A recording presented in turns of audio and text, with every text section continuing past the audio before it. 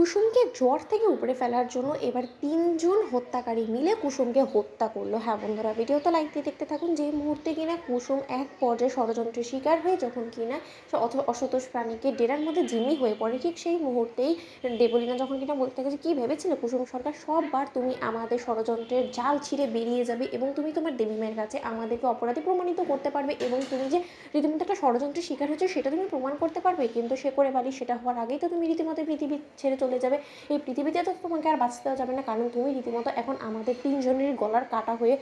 রয়েছো এবং তোমাকে আমাদের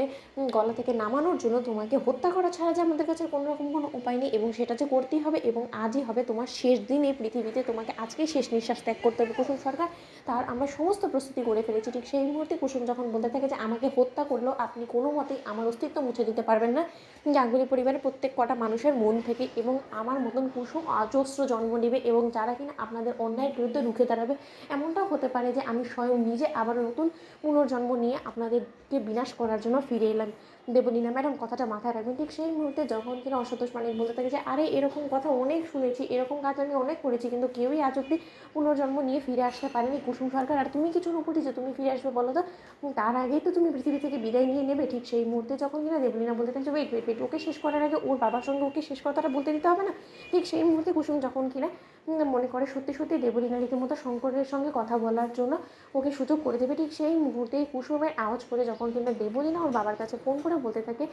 যে বাবা তুমি পারলে আমাকে ক্ষমা করে দিও, এই মিথ্যে অভিযোগের দায় মাথায় করে নিয়ে আমি আর কোনো মতে এই পৃথিবীতে বেঁচে থাকতে চাই না, আমি আর কোনো দিনও তোমাদের কারোর সামনে আমার এই মুখ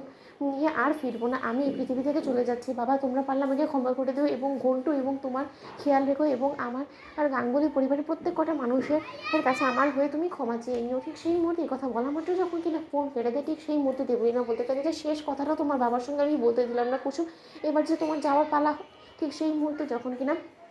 কুসুমের হাত পা বেঁধে যখন কিনা দু বোন মিলে কুসুমকে গলা টিপে মেরে ফেলে, ঠিক সেই মুহূর্তে কুসুম চিরতরে শেষ নিঃশ্বাস ত্যাগ করা মাত্রই যখন কিনা অসন্তোষ মানিক তার লোকদেরকে দিয়ে যখন কিনা বলতে থাকে যে এই লাশটাকে নিয়ে সম্পূর্ণরূপে নদীর ধারে ফেলে দিয়ে এমন করে ফেলে দিয়ে আসবি যাতে করে কিনা কেউ এটা টেরও না পায় এবং কারো নজরে যাতে না পড়ে, খেয়াল রাখবি বলিস যাতে কোনো মতো এটা সন্দেহ করতে না পারে যে ওকে হত্যা করা হয়েছে, ওকে রীতিমতো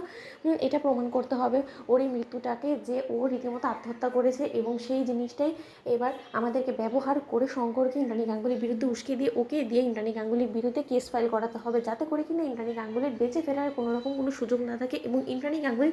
সেই 4 দেওয়ালের মধ্যেই রীতিমতো শেষ নিঃশ্বাস ত্যাগ করে এবং ইন্দ্রাণী গাঙ্গুলিকে জ্বর থেকে উপড়ে ফেলার জন্য এবার আমাদেরকে মাঠে নেমে পড়তে হবে। মেঘা এবং দেবলীনা আমাদেরকে কিন্তু আরও সতর্ক হতে হবে। তো বন্ধুরা লাইক শেয়ার করো, সাবস্ক্রাইব করো।